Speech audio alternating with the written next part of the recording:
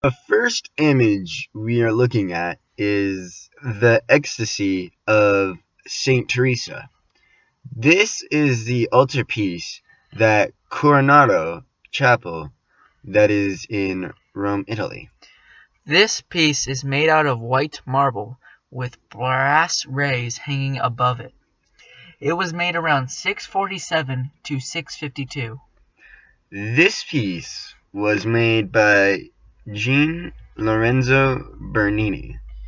Now this piece shows the transformation of Saint Teresa into a saint by an angel coming down and piercing her side with a long red-tipped spear.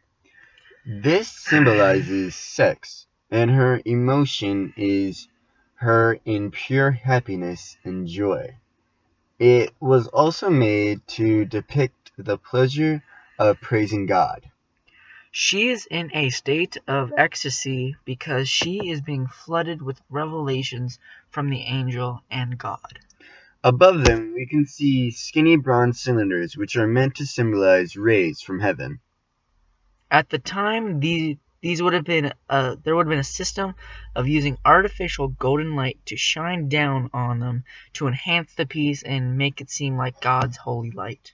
This would have been a public chapel, so it would have been seen by all who came to worship. The positioning of this piece is important because it was at the altar, which is the most important part of the chapel.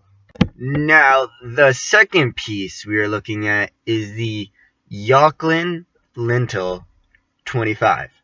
Yaxchilan is a major Mayan learning center on the south bank of the Usumacinta River in Chiapas.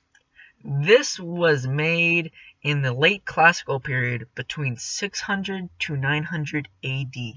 This was a special creation by Shield Jaguars II from his wife Lady Cabal Cook.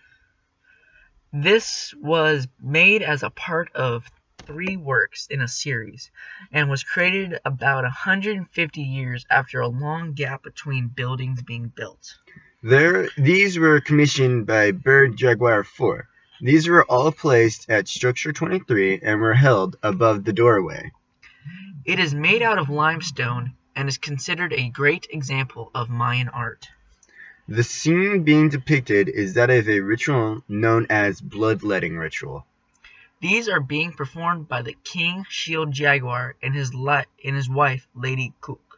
This ritual contains her piercing her tongue and letting out blood. This is performed as a way to communicate with gods and spirits. The reason for this is because it mirrors the Mayan story of creation.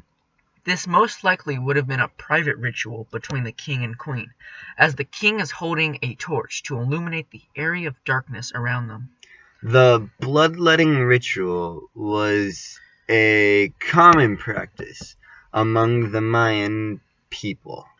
It is an essential part of becoming a ruler and sustaining rulership, and is also required and is an important part of all public rituals that take place in this Mayan learning center.